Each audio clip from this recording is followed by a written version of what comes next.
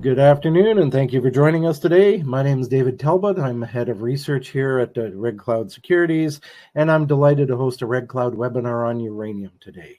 We are going to hear from GoviEx CEO Daniel Major. During today's webinar, he will provide an overview and outlook. Then we will take some questions, and we'll get to as many as we can. Please put your questions into the chat box. Now, before we kick things off, first we need to discuss the fine print. During this GoviEx webinar, forward-looking statements may be made. I direct listeners to its forward-looking statements outlined on page 2 of its corporate presentation, and that can be found on the company website, goviex.com. For Red Cloud Securities, I'd highlight this webinar is for information purposes only. It should not be considered a solicitation or recommendation to buy or sell securities. We note this call does not consider the particular situation or needs of individual investors. Participants should rely on their own investigation and seek out their own professional advice before investing. So please see our most recent research located on the Red Cloud website for specific disclosures on GoviEx Uranium. So with that, I now turn it over to Daniel to update the audience on GoviEx Uranium. David, thank you very much for the introduction. Very much appreciated the opportunity to make a presentation on your platform. It's always a pleasure to come here. I'm going to take you through the Matanga feasibility project. We're going to present what we see as a simple, low OPEX uranium project with well-established export routes to the East and Western markets. This is a culmination of work that we started in September of 2023. I referenced that the previous study that we had done was back in 2017. So quite a long time ago. We had to get through a lot of work, but we have jumped from a preliminary economic assessment to a bankable feasibility study in a single step, and just really highlights the level of work and commitment to the teams that have been on this. As David pointed out, our disclaimer and cautionary statements are there, and I thank him for highlighting that. So Matanga, the highlights, strong net present value and IRR. We're looking at a net present value of $243 million at a $90 price, just under 21% IRR.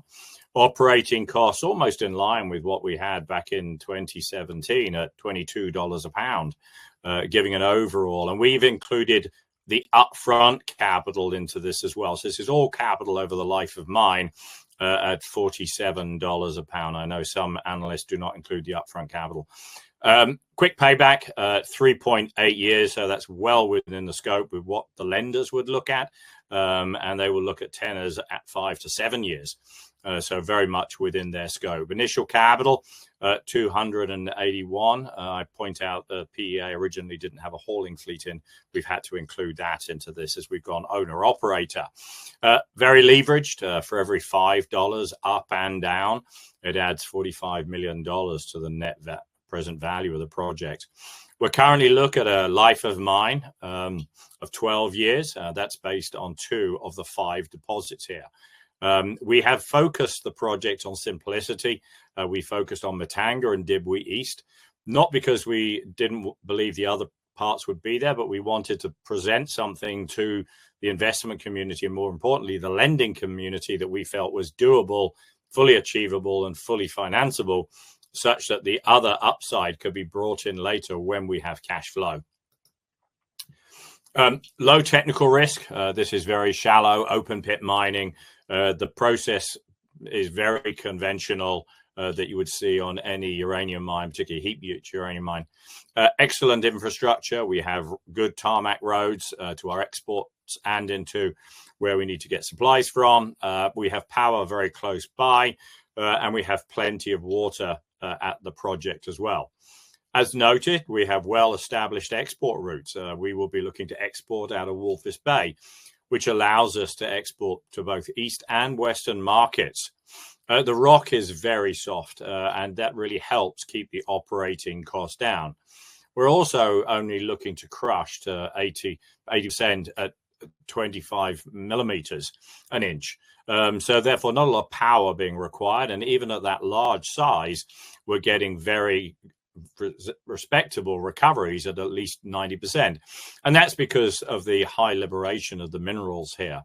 We're also experiencing low powder factors. That's keeping our blasting and mining costs down. As highlighted in previous press releases, low acid consumption here, averaging about 6.5 kilograms per ton over the life of the mine. And in a country that actually produces sulfuric acid as a byproduct from its copper industry. So on to Zambia. It is definitely a low risk, high reward mining country.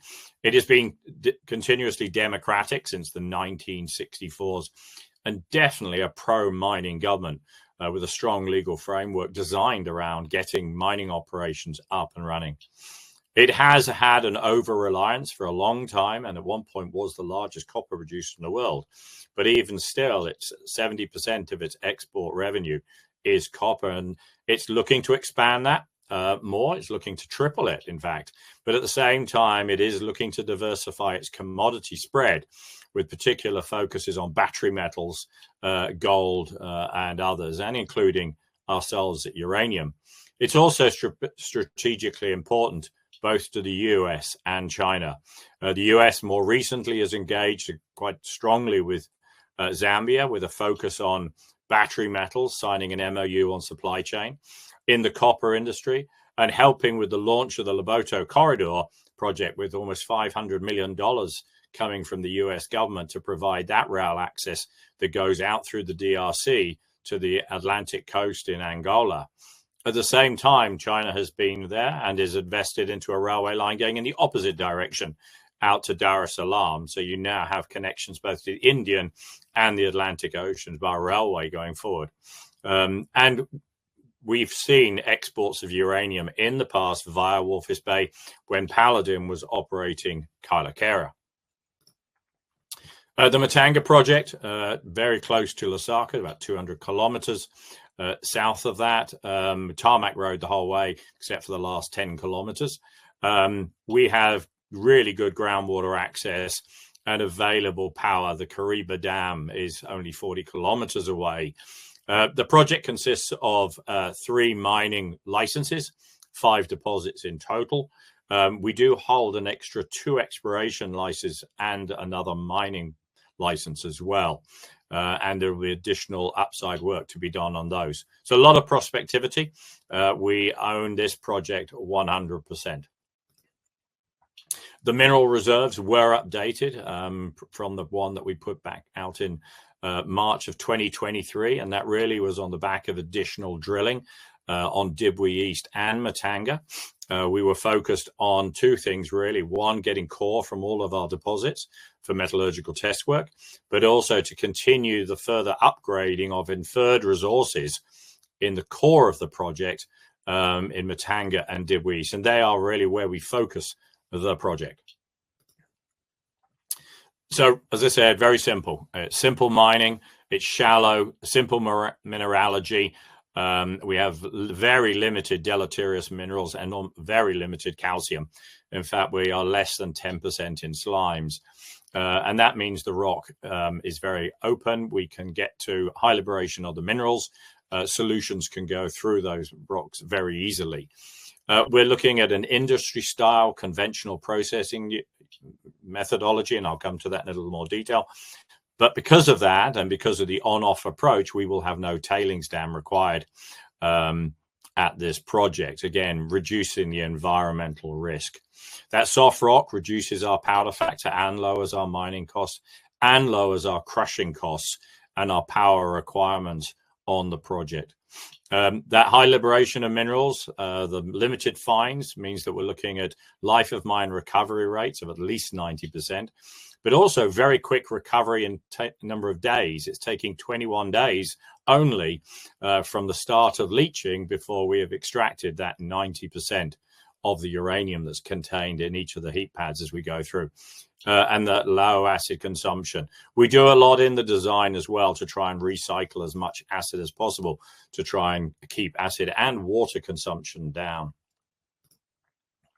So we've got a project. We've optimized it as much as we can. As I said, we really focused around these two deposits, Matanga and Dibwees. This is where the main infrastructure is. We can get this one built, generate that cash flow, and then go out to the other satellites. Gawabe, for example, is 50 kilometers away. Dibwees, 20 kilometers away. And Nyame is about 35 kilometers away. So really focus on the core. This is over 85% of the pounds. We've centralized the processing and the heap leach between the Matanga deposit on the north side and the Dibwe East deposit on the south side. And environmentally positioning it, one, to reduce the amount of earthworks, reducing our costs, but more importantly, to try and stay away from any of the water courses as much as possible.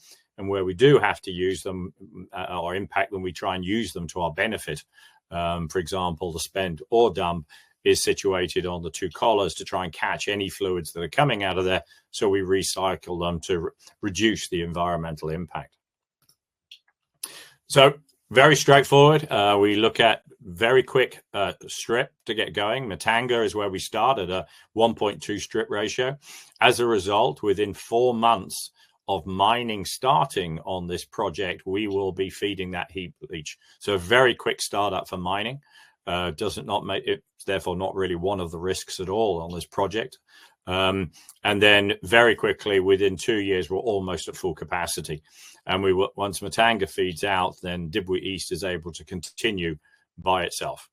As I said, once we've paid down our debt, we can then look at the optionality. We have the capacity to bring in the other deposits as well. So looking at the mineral reserves now of almost 39 million tons to be mined, putting out contained resource at 27 million pounds, with a total recovered pounds at just over 25 million pounds. Met test work, we released this back in September, October last year. We did a full metallurgical test work program during 2024 from scratch. We went through all 6 of the ore types. We included full variability across those ore bodies to make sure we tested that. We went up to 6-meter columns as well from the previous 2 meters that were done by our peers before. But also we tested porosity all the way up to 30 meters. So if that was a choice we could have taken, we could have gone up to 30 meters on a heap stack in total. We tested all aspects of the flow sheet and ensured that the yellow cake could be produced within industry specifications. As I said, a very standard flow sheet. We would start with mining. We're going into 3 stages of crushing. So we're coming out of the mine at about 1 meter in size. We are then using mineral sizers because they're very low efficiency and they tend to allow fines to drop through them very quickly and therefore reduce the amount of power. We go to straightforward agglomeration with sulfuric acid to form the balls that we require to stack up onto the heap. We are an on-off heap up to 10 meters. With leach solutions continually being recycled. We go through continuous ion exchange and elution, and then nanofiltration after that to recover as much of the sulfuric acid through the ion exchange elution process.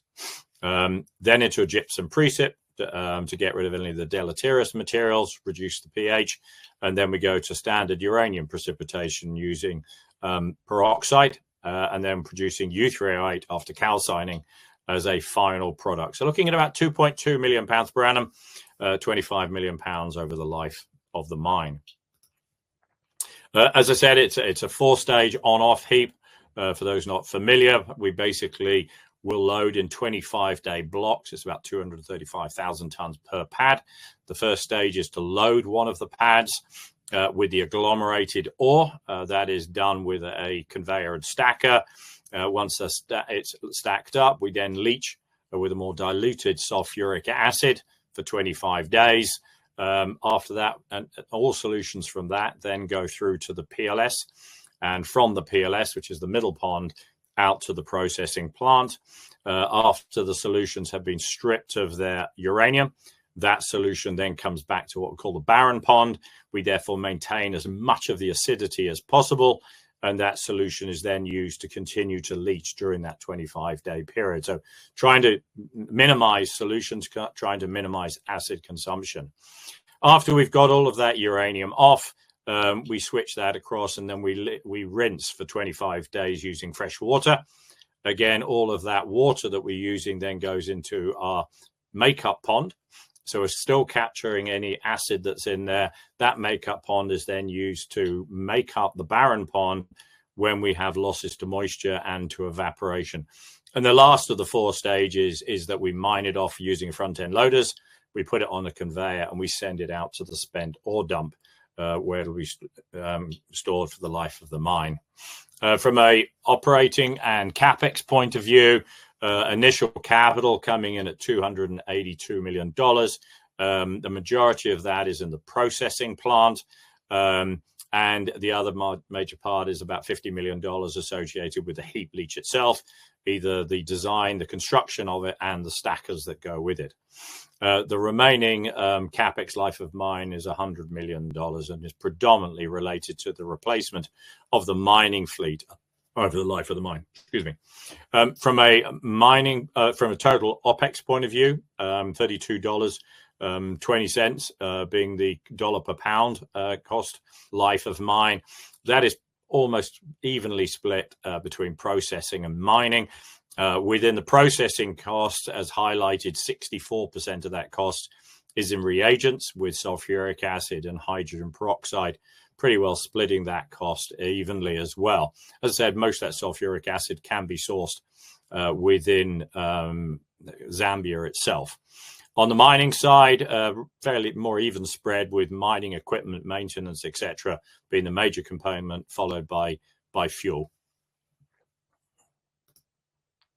So looking at it from a sensitivity point of view, the base case, we use $90. That's the long-term price assumed by TradeTech, by UXC, and the majority of the analysts on the street.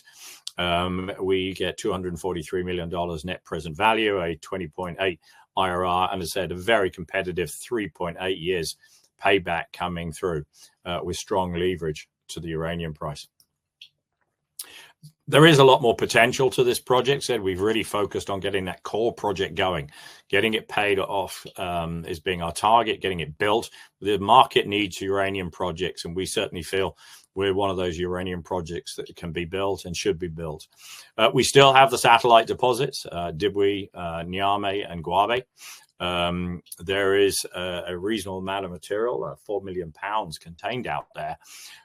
They are more expensive to be hauled in, and the operating cost per ton to deliver are just under $23 a ton. To deliver in. And that's one of the reasons why we deferred it. Focus on that core at the beginning. But even with that, if you add that to the OPEX, that still only gives you about $40 a ton. So, well within the scope of being profitable, even at today's prices. So definitely something that can be included. Radiometric sorting was used for that as well, and is certainly something we could look to the main project in the future. It gives us about a 95% uranium recovery, but we get rid of about 30% of the material. So very effective. We've got a lot of exploration potential, particularly Matanga East, which is within 5 kilometers of the Matanga deposit itself. And then, of course, within what is being mined, there is the inferred resources themselves, which obviously from a bankable study cannot be included from an economics point of view. But at the moment, they would be treated as going out to the waste dump. But obviously, once we're up and mining, those pounds can look to head towards the plant instead. We do a lot of work on the community. It is a key part of what we have to do as a company, and we seek to do anyway. We work strongly with our community and our labor force, but also, we are a company that wants to secure funding, debt funding, and therefore we have to follow the ISC guidelines, and therefore that's a core part of our makeup as well as a company. But more importantly, we're finding a lot of the off-takers, particularly the European off-takers, demand this of us. And in Europe, anyone selling into there is going to have to start looking at things like Scope 3 as well. So a lot of changes there.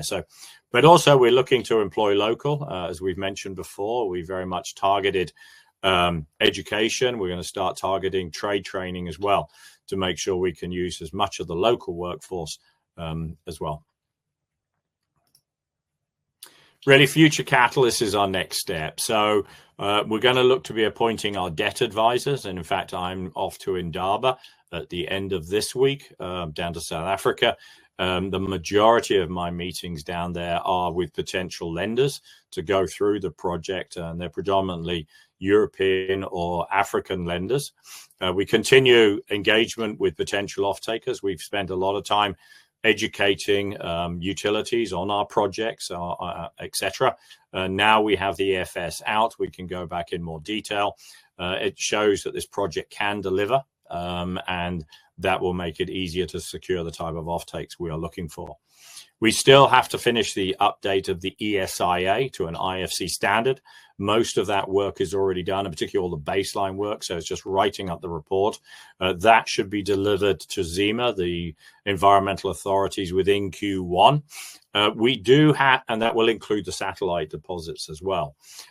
We do have to complete a relocation plan. There are 2 communities which are predominantly subsistence farmers that are positioned on Matanga and Dibwe East deposits. We've been working very strongly with those 2 communities for a very long time and have already engaged on relocation. We expect to have that and the ESIA approval towards the end of the 3rd quarter of this year. And construction, therefore, can start as soon as the project is financed. We're looking at a planned 2 years of construction before uranium production. So as I said, 4 months only required at the end of that to get mining up and running and feeding ore to the plant. So currently targeting 2028 is our benchmark where we're looking to, subject to obviously securing the financing for this project.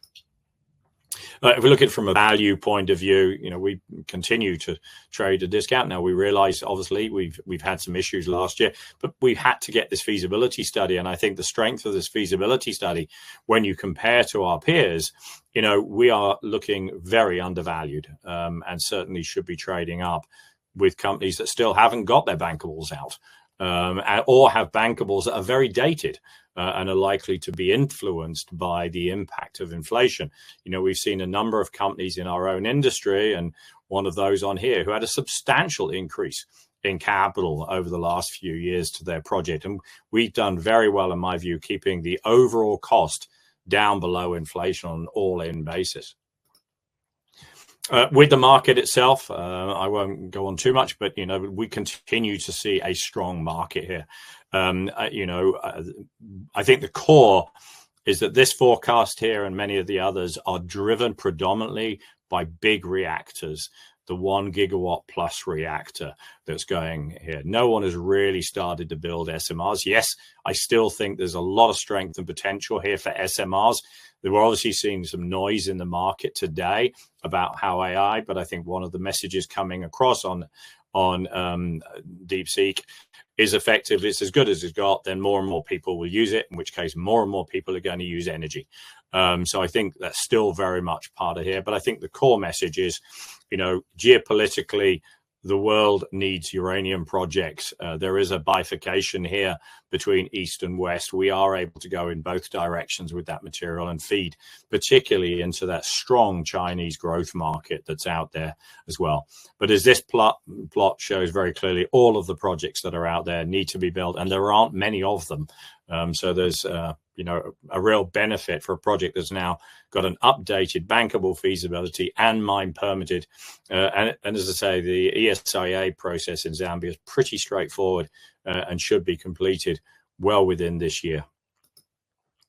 So the investment case, certainly record high uranium prices. And if we look as well at where the SU prices are going to, and we saw this a couple of years ago where the uranium price ended up following the enriched price, it led, uranium prices followed.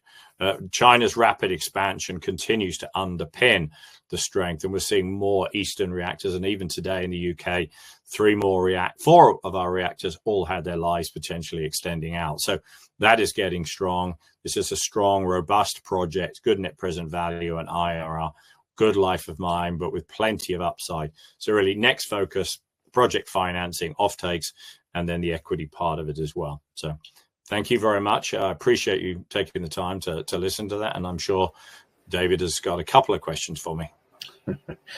Great. Thank you very much, Daniel. Very informative presentation as always. So we will now kick off the Q&A portion of the webinar. Reminder to everybody online, you can type your questions into the chat box and we'll get to as many as we can. So we already have a few questions here, Daniel, but maybe start off a little bit, 10,000 foot view down on the uranium market. Do you think that we have an incentive price for uranium developers here sitting at about $70 a pound?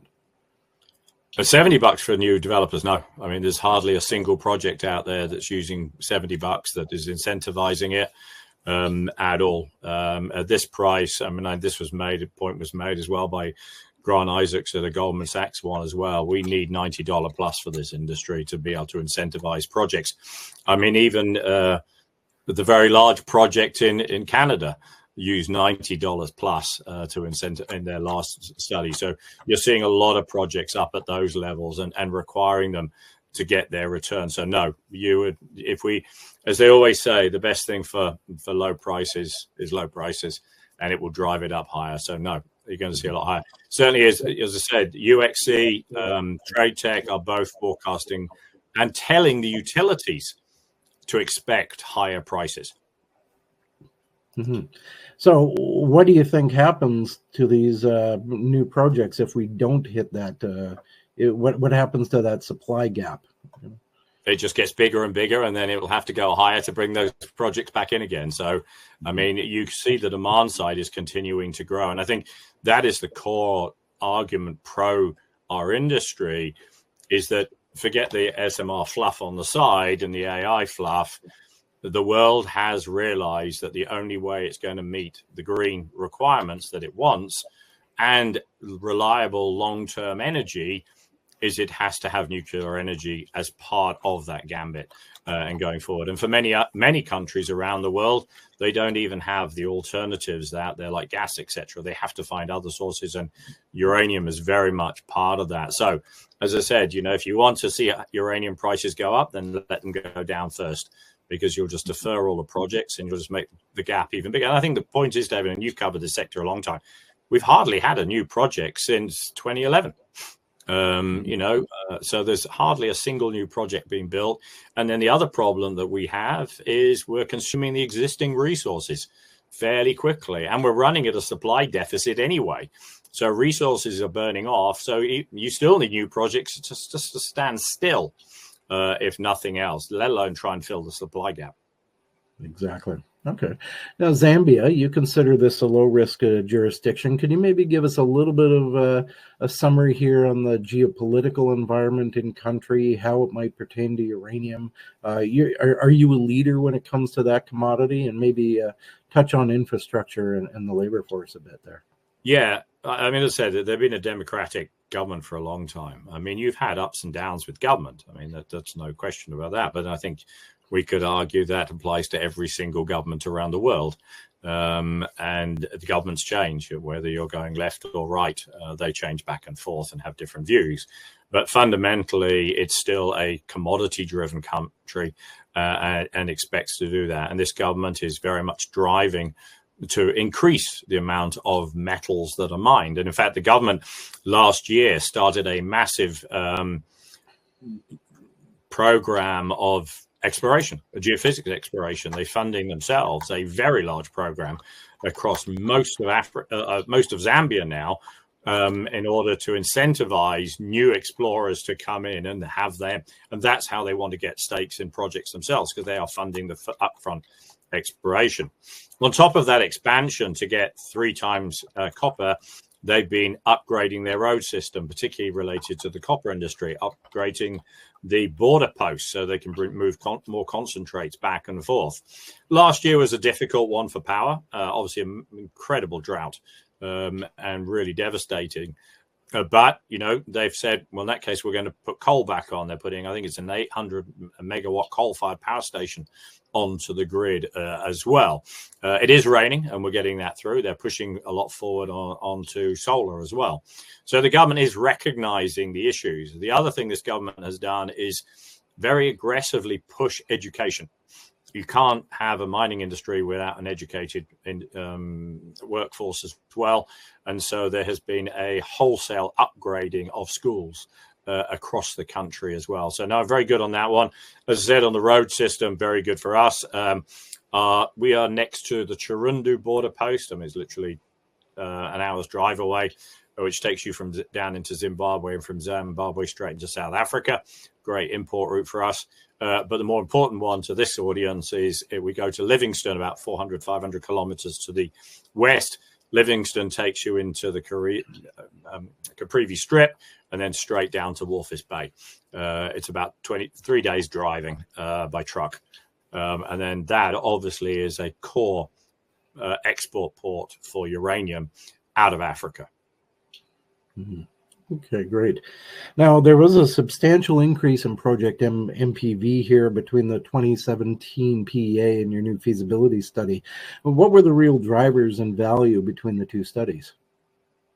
Well, you remember the PEA was done a long time ago. We had to deal with substantive inflation. I mean, I think you've seen that across all of the industries out there, that projects are having their capitals jump a lot. And that was probably one of the most difficult things to deal with. At the same time, we were able to keep our OPEX pretty well in line, almost, where we were. We obviously also had an inferred resource originally, and we had to drill through that and pretty well increased it. But also, as I said, we parked the satellites on the side for now. Not that they're not going to be part of the long-term development for this project. We just felt it was much more sensible to design and build and focus lenders on a very straightforward one project, rather than saying we're going to try and do 2 or 3 projects at exactly the same time. They can come in later. When the mine is up and running, we can then go back to those and build them in when it makes sense and not confuse the lending industry. So that had an influence because it brought our overall pounds down. But some of that capacity is within that plant anyway at the back end to handle that extra material. And then there is the inferred that's in there, which in a PEA you're allowed to include, but in here you have to leave out. So, that's another big difference that changes it. And there's a reasonable amount of that material, as it says in the notes, to here. If you put that in, there's another 2 or 3 years of mine life here that just comes back from that. So those are all the factors that you're looking at, which is the more detail. And don't forget, scoping studies, PAs, are what they are. They are scoping studies. This is a full detailed engineering design with full detailed engineering for everything, including how much earth you are going to backfill or dig out, how you're going to compact that material, how you're going to design your roads in detail with every culvert, every cut, fill, loading, etc. across it. And water, we had to do a load of pump testing and everything to show what we're going to do with water, how we're going to do with it, everything. So it's a way more detailed piece of engineering than a PEA. A PEA is marginally better than a cigarette packet, but not much more. Okay, so really pulling those 3 satellite plants out was really just a function of simplifying the flow sheet. Exactly. We've got to go to lenders and present a project to say that here's the project we'd like you to finance. This is the project we'd like to build. So as I say, if we suddenly said, well, we actually want to build this other project at exactly the same time as we're building this, that leaves risk to the lender. So it's better to say, let's just build the core project first, get it up and running, generating its cash flow, paying down your lending. Then we can add them in as and when required in the future. Okay. Now that spot around $70 today, is the gap between the spot price and the assumed $90 a pound long-term price in the feasibility study an area of concern for you? No, I don't think so. I think we still believe that long-term price is going to go up. And I think you've got to put it into context here. The current, the spot market, as you know, David, is minute. It moves on very small pounds, and as a result, very little pounds actually get traded on it as well. And so when people get excited when it goes very high, you've got to be also realize it has the same impact. So anyone who wants to sell all of their production on the spot market realizes their life is being committed to maybe £100,000 traded in a month. So, but I think the one thing you have to realize here as well, if you go and look at the forward commitment charts, everybody is committed in 25 and 26, or pretty well committed. There's very just limited discretionary pounds out there for the utilities in the next 2 years. And this is really a function of the geopolitical risk that we had over the last 2 years. Everything got thrown into the air with Ukraine and Russia, etc. And the utilities said, well, hell, we've got to deal with this whole thing. So while they went through that process, rather than their normal just rollover, we'll just keep going on, they had to literally clean up the whole cupboard in one go. I mean, you get companies like TVO went from fully Russian supplied to now have got no Russian material at all. Nothing. They have literally cleaned the cupboard. And so as a result of having to deal with all of that risk, they dealt with the next 2 years. But when you go and talk to them all, 27 and 2028 are core years for them. They need material. And 28 is getting quite large. And 29, and you see for that curve, it goes really high, really fast now. So no, I don't believe that is a risk. And I really think, the risk remains very much to the upside, even on that $90, rather than to the downside on it. And I think, it's a patient game. Everyone says how slow this industry is, the nuclear industry, particularly the utilities, but they will come around, and that's what will happen. Yeah. Are you finding there is interest from the North American market, or is it mainly European market? Who's showing interest in both. I mean, and I think you look at them in slightly different ways. If you look at Europe, I mean, year before last, 60% of European feed came from Russia, Kazakhstan, and Niger. They can't access any of those three at the moment, so they've got to find a new home to get uranium from.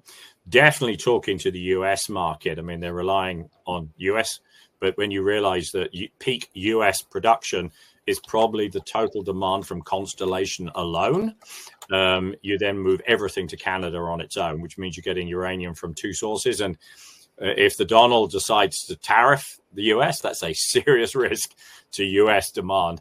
And so Africa is very much part of the play. And you've seen that from a lot of the independent African, I'm talking the non-Chinese ones, have been securing contracts from North America because you've got that. But at the same time, China is looking to quadruple its consumption of uranium between 2 years ago and 2040. And Kazakhstan is its major supplier. 70% of all uranium from Kazakhstan goes to China, and it's stopped growing. And it's probably a risk is now towards the downside. And therefore, China has got to find other sources of uranium, which is why it's been heavily weighted towards Namibia, because that was the only uranium in Namibia. Now expect to see it continuing to hunt for uranium in Africa. Okay. Now, one of the big wins of the feasibility study was operating costs. How did you maintain such similar operating costs since the previous study? And I guess, is there any further optimization that you can look at as well? Again, a lot more detail, focus to detail, and we took an assumption back there of where we were. And obviously back then we'd already done Madawaela, so we had some idea of costs. We kind of brought those down. We were able to go back a lot more on this process design work, particularly on the power side, and really focus on trying to cut the amount of power we needed in there. The move to an on-off heap actually helped a lot as well, because it actually helps keep the acid consumption. Because if you leave the ore on there for too long, the acid just says, well, what else can I eat? So the acid consumption just starts to go up. And that soft blasting as well helped. So yeah, it was a whole plethora. I mean, it's what we get paid to do, David, as the engineers. So we are always looking for options. I still think there's probably some angles. I think certainly with the Rados, we didn't incorporate it into the middle at the moment, but it's something for us to have a look at. I think we probably can get a bit clever on some of the satellites, the way we've currently looked at them as well, to try and reduce that cost. Right. The heap leach, on and off heap leach, that was my next question. And you sort of half answered, I asked I was going to ask, why is that a better option than having a permanent heap leach pad? But is there any risk to using that method? Is it a matter of, being comfortable with recoveries, and do you have to worry about timing at all? No, I mean, I think we took a fairly sensible approach. I mean, I think one of the things is, when you're designing the mine, you start with the mining bits and figure out what that mine can handle from an operating point of view, and you take that through.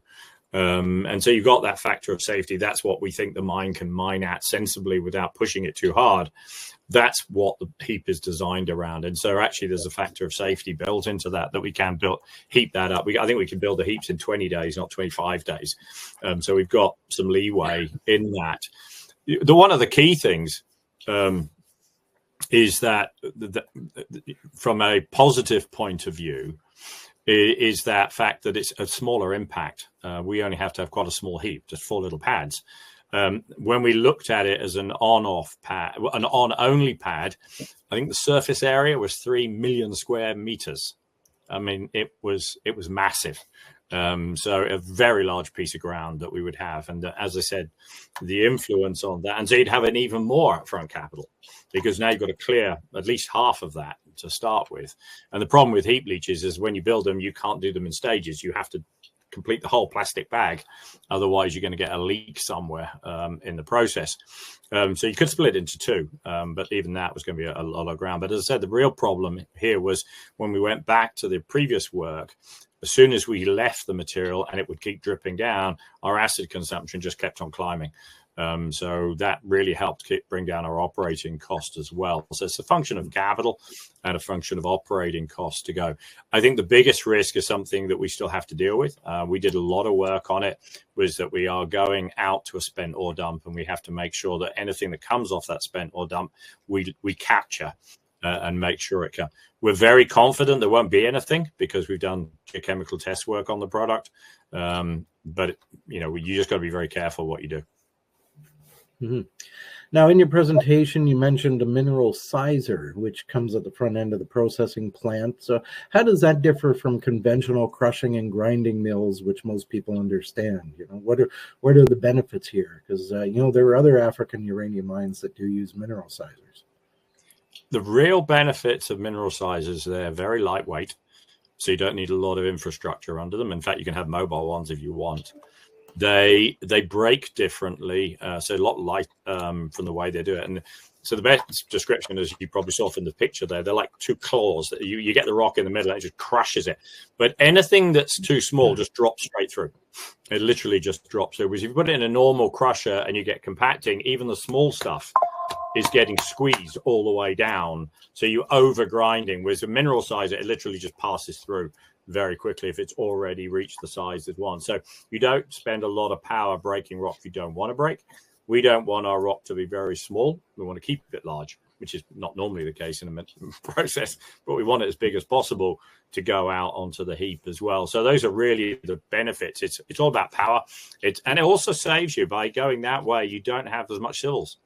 It keeps your civils down. So if you wanted to go for something really big, like a big jaw crusher or a big cone crusher, that is some serious amount of concrete that's got to go in for it. Whereas this is a lot cheaper. Yeah. Okay. Now, despite a big MPV increase here, simplification of the story, the market reaction to the feasibility study is a little bit muted so far. Do you have a comment on that? Well, I think today it's all about DeepSeek rather than anything else. That's kind of brutalized the whole market, let alone it's. It's been a knock-on effect to everything DeepSeek has, and uranium is very much part of that. I think on Friday, the other problem that's not really helped us is the uranium market's gone down. We at the end of last week went flat, but everything else went down. So that's net up. But yeah, I think the market has to sort of realize that it will realize that this is a very robust project and we are very cheap. And if it's not, then someone probably will just take us out. So if the market doesn't like it, then I assume that one of our peers will, and will decide to take it instead. And that will be the way it goes. Yeah. And what's the status of Matanga permitting at this point? Would the ESIA and the relocation plan be the final steps? Those are the final steps. We already have the mining permit for 25 years, so that's just going to go through. The ESI, as I said, it's a very straightforward. We've been engaging with the ZEMA already. We've engaged with the relocation and the ESIA approval go lockstep together. You get one after the other. So we'll deal with that. And as I said, it's about 6 months. It's a fairly straightforward process. The other thing that's quite helpful to us is the land ownership is with the traditional leaders. So we are dealing with the traditional leaders for the majority of land associated with this as well. Okay, and you mentioned offtakes. What timing are you considering, and what sort of mix might you consider between, let's say, contracted and not sold forward? That part of the last question will predominantly be based on where the lenders come to us with the market. And I think a lot will depend on where the market is situating at the time anyway. But you can, as you know, you could have collared contracts anyway, which get you some of the benefits of the spot market, but also provide you protection. So you don't have to go in there completely naked into the spot market, which we know from experience can become a very difficult problem for you if things go bad. But at the same time, you need to pay down your debt. You need security of revenue on here. We'd be targeting 2028 onwards, and we've got that nice build up in the delivery as well, as you saw. So we can, as you go through, you can build through those stages, which is how the books are going out there as well on the utilities. I mean, as the forward curve on demand climbs anyway into the future, that fits perfectly with there. So you'd be looking here at anywhere between, 10 utilities, maybe 7 to 15 utilities would be coming in to take contract on a project like this. Okay, just a couple more questions before we wrap up here. So maybe can you comment on the makeup of your shareholder base, and when you're telling your story, are you targeting any strategics or further institutional attention? We cover everybody. I mean, everyone has to have the story. We put the invites to everybody. It's not just a retail thing. Obviously, we do presentations through people like yourselves and others that we deal with to the institutional market, particularly who want to hear the story and understand where it's going. I also in Indaba have a number of our peers and others who would like to hear the story. I mean, just to know we all keep an eye on each other. It's a small club. Let's find out what we're all doing. So, it is over. And as I said, we will very soon, after I get past Indaba, be actually doing this presentation directly to the utilities as well, in a shortened version. They don't need all the detail, but we will go through the presentation for the utilities because they do like to know if they're taking risk on offtake, they want to understand that project and whether it can deliver on what they're looking for. Right. Okay, so you touched on this in your presentation, but maybe to wrap up here, what are the key catalysts in the development of Matanga that investors, shareholders can look forward to in the coming months? So as I said, the next things we've got to go through is appointing those lenders.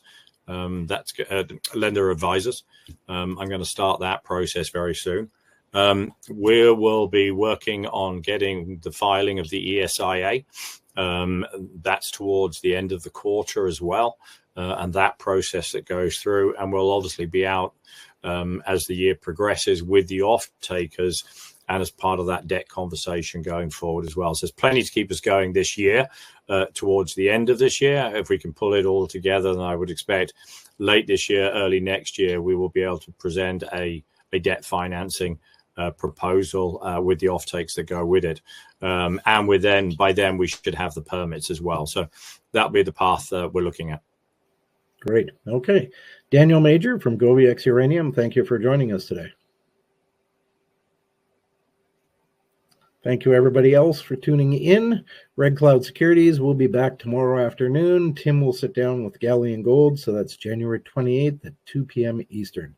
So have a great day, and thank you for supporting Red Cloud's webinar series.